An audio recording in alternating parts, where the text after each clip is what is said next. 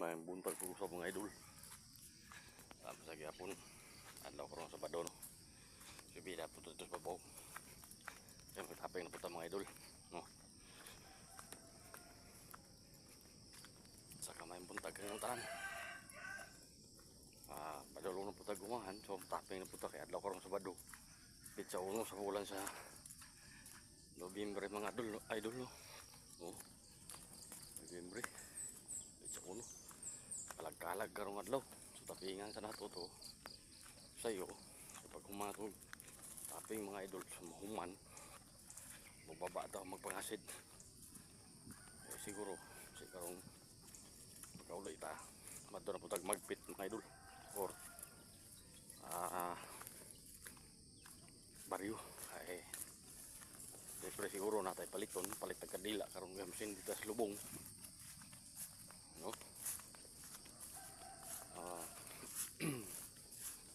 Shoutout sa mga followers. Nakakonda.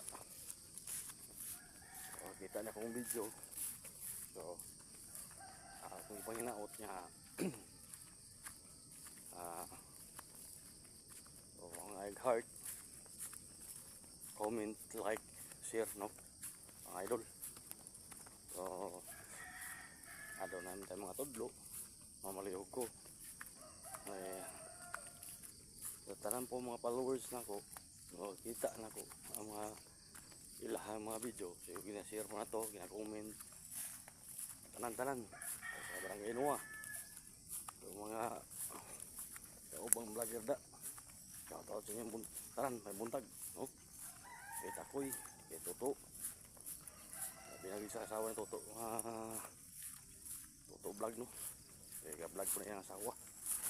So di asarakan kay Jisa, pasarakan, no? Gahapon ato ko garakan, no? Kay siyempre withdraw ta sa tong sweldo nga gamay.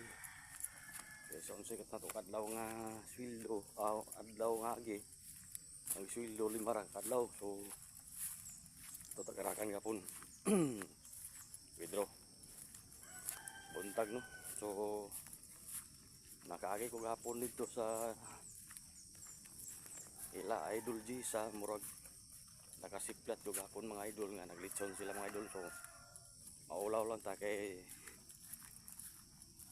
maulaw ta muduol kay ng ano di po na to so siya nga vlogger, no? So